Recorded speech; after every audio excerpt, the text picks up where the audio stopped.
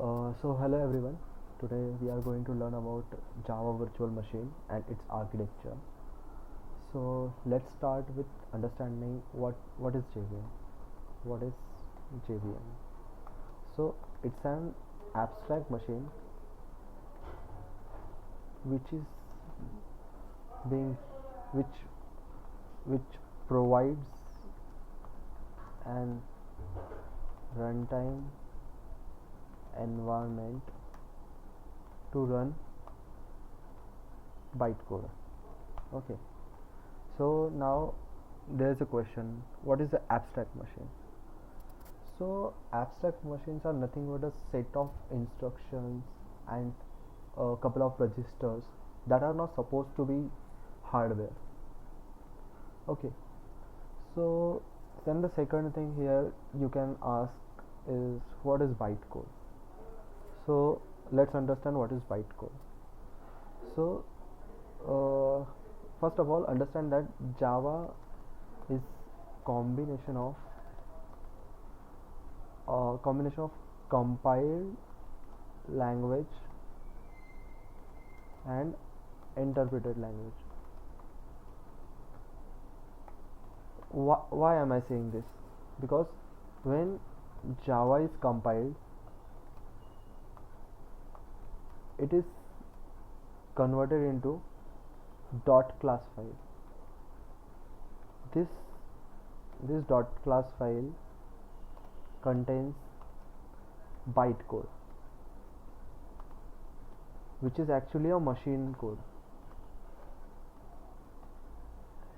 Okay, so Java is first compiled, and this bytecode is then interpreted line by line. And you know JVM is a core of Java ecosystem. Why am I saying this? Because you must have heard about Java, that code once run anywhere. So JVM provides a runtime environment that once you have compiled a Java program, your dot class file can be run anywhere on any platform, that's a Linux, Microsoft OS, Windows OS, or Mac OS. So, and it's a platform independent. So now we will understand what is a virtual machine then. That we know that JVM is a Java virtual machine. So I told you about abstract machine. So you might ask, what is a virtual machine? So virtual machine is nothing but the representation of physical machine. So we can say that in one you must have implemented or you must have installed a Linux virtual machine on your Windows laptop. So it's the same, that your laptop, your Windows OS is then a host machine. Your laptop is a host machine, and the virtual machine running in there is a guest machine. Okay, so its working is same like a physical machine. So one point is that multiple virtual machines can be run on a single computer. Okay, so this was all about what is JVM. So now let's begin to understand with the help what is JVM architecture. So JVM architecture.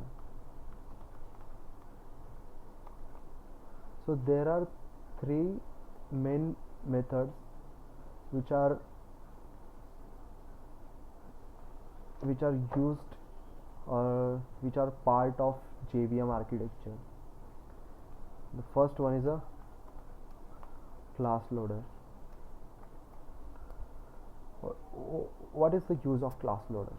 So it prepares Java classes and load them into main memory.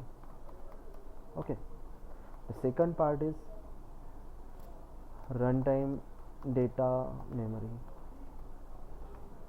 You must have heard that uh, static variables are saved somewhere, static methods are stored somewhere, local variables are stored somewhere. This all parts are managed by runtime data memory. So its functionalities, it holds runtime variables and memory, or we can say data. Okay, then the third part comes in the picture, which is a execution engine.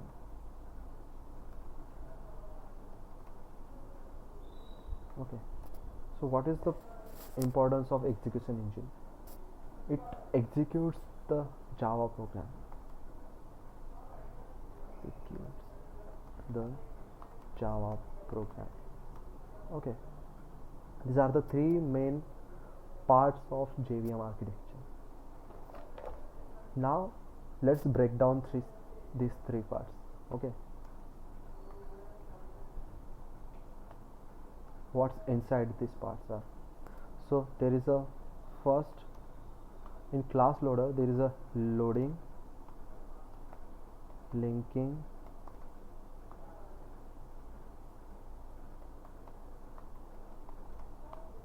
and then there is a initializer. With the help of names we can understand that we can make a guess of their working.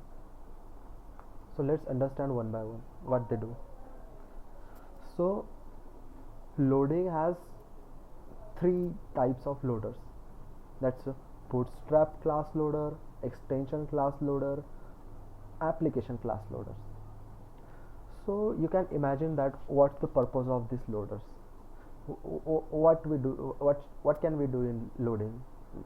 In this loading, these three loaders do the work of loading the standard packages in Java, like java.lang, java.util, and many Java packages which are important for execution of program.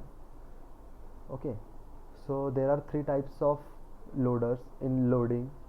That is bootstrap class loader, which loads root packages, the standard Java packages like java.util. Okay, then there is a let's write loading. There is a bootstrap loader, then there is a extension loader, then there is a application loader. Okay, so bootstrap loader is a root class loader which loads the standard packages. Extension loader is nothing but the subclass of bootstrap loader, and application loader is a subclass of extension loader. Okay, so second part is linking. So we understood in loading part all packages and everything which are necessary for the program to execute is loaded. Now in linking we can imagine that we can interpret, we can predict that here the structure of class file code is checked. Okay, allocation of memory to static files and is done here. Okay, now in linking there are mostly three parts, three steps we can say: verification, which checks for the structure part of checks structure of, we can say, which checks structure of dot class file. Then there comes next step, which is preparation, which which does allocation of memory for static files, we can say. Then there comes resolution.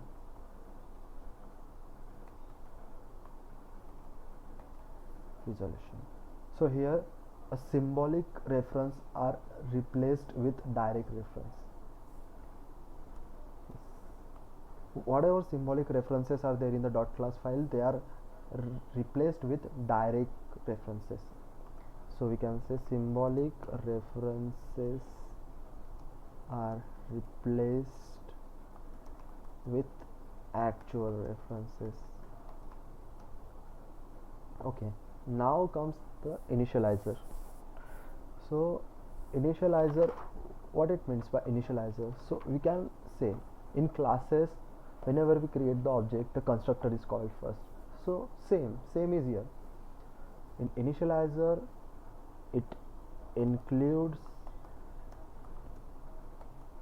calling an constructor or executing static files, static code or static variables. These are done in this part. This is the last stage of class loader, obviously. As okay, so now let's come to the runtime data memory part. What's the part here? So here are actually 5 runtime data memories, and the runtime data memories are classified into five memories. First is the method area. It contains the label data such as runtime data, method code, method data, constructor. So we can say it contains method code, method data, etc. So in the second memory area is the heap area. It contains instance variables or arrays are stored here. We can say all objects and their instances and arrays are stored here. The next one is stack area. As we know, all method calls in recursion, we have learned that function calls are stored in stack. So here's it's the basic fundamentals are same. We can imagine, you can predict what will be stored here. The all local variables, method calls and partial results are stored here. Okay, so the next part is the next memory is PC registers.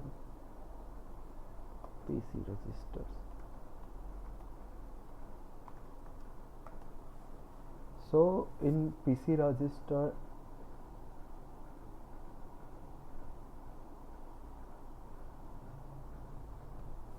the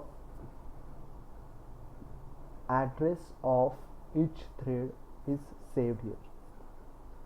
Address of each thread is saved here. Okay, so the next is native method stack.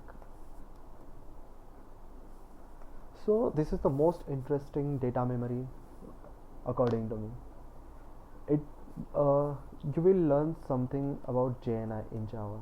It's a Java native interface. it was made for the integration of another languages with the Java, like C++, C, JavaScript. So whenever we make a project of Java, we can integrate some other language in Java code as well. For that we use JNI.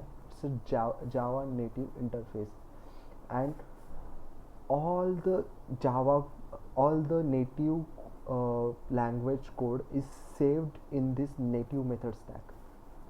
So it contains the methods written in native languages like C, C++, etc. It's a wonderful feature of Java which allows Java to integrate with some other language. Okay, so next part is execution engine, which is the last part of JVM architecture. So execution engine is divided into mainly three parts.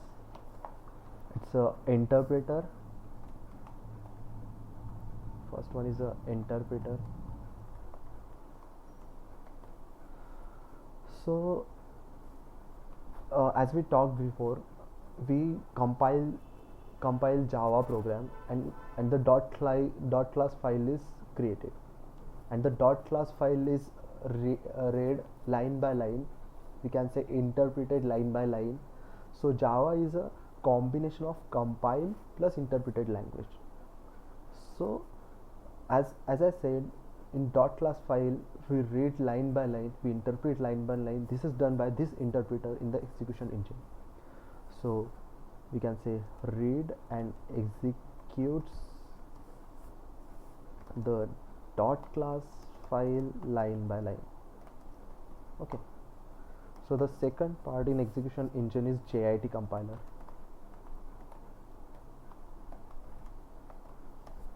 JIT compiler. Java is an intelligent language. Why am I saying this? Because in JIT compiler, if in written code some part of code is or some method is calling again and again, is reused again and again, or written again and again, then that code is compiled and stored in this JIT compiler with the help of this JIT compiler, and it's used without recompiling it again and again. So we can say that we can say JIT helps in reducing the cost of, or reducing the overheads, we can say overheads of compiling repeated code again and again. Okay, so the third part is the most famous part of Java, which is a garbage collector. As we know, in C++ there is a destroyer for the memory, but in Java there is a garbage collector. It's a wonderful thing in Java. Whenever we write any Java program, and if we define some variable, and if we don't use that variable, the garbage collector will come and it will destroy that variable completely. And one more thing is there, whenever the garbage collector is initiated, the program stops for that instance. So garbage collector, there are many garbage collectors in Java, but I don't think that's are more important. There is a serial Java garbage collector. There is a parallel garbage collector. There is a G1 garbage collector, and there are two. We can say in garbage collector, it destroys the unused variables or runtime memory, we can say. Okay, and there is a serial garbage collector, parallel garbage collector, and there is a G1 garbage collector. Okay, and there are two phases of garbage collector. There is a mark and sweep. So in mark phase, garbage collector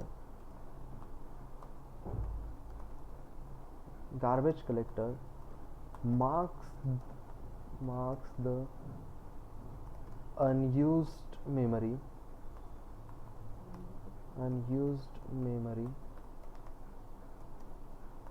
and in sweep phase,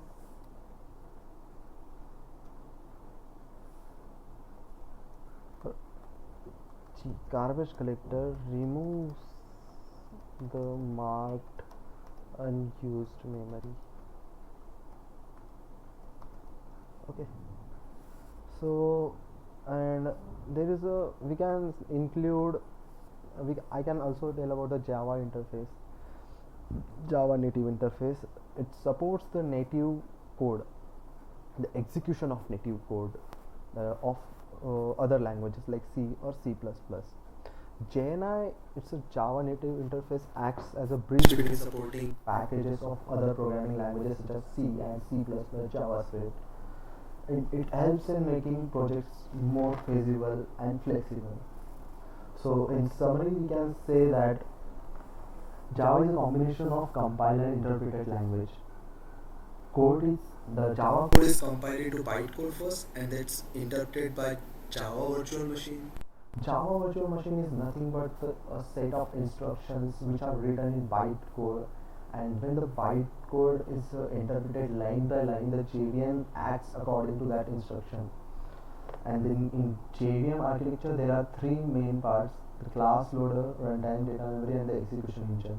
And the class loader has loading, linking, and initializer steps.